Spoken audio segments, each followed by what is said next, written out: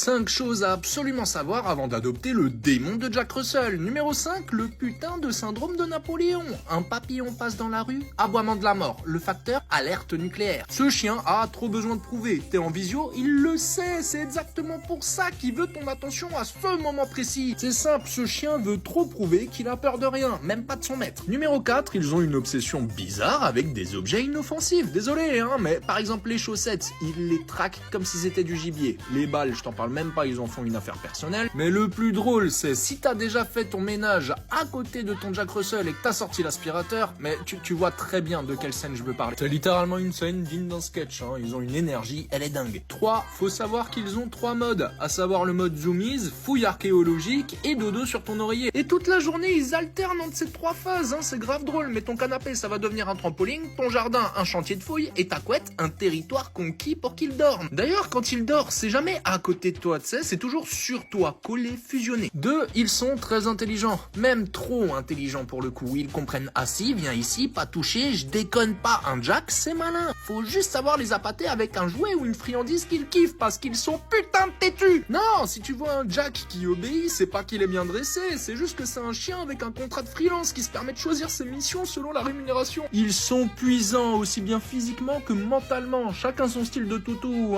On fait pas de généralité, chaque chien est différent. Mais la plupart des Jacks que j'ai vus, ils débordaient d'énergie. Et sans pour autant être agressif ou quoi, Mais ces machins-là, ça saute, ça bondit, ça fait du parcours où qu'il soit, et c'est grave drôle et mignon. Mais faut le cardio.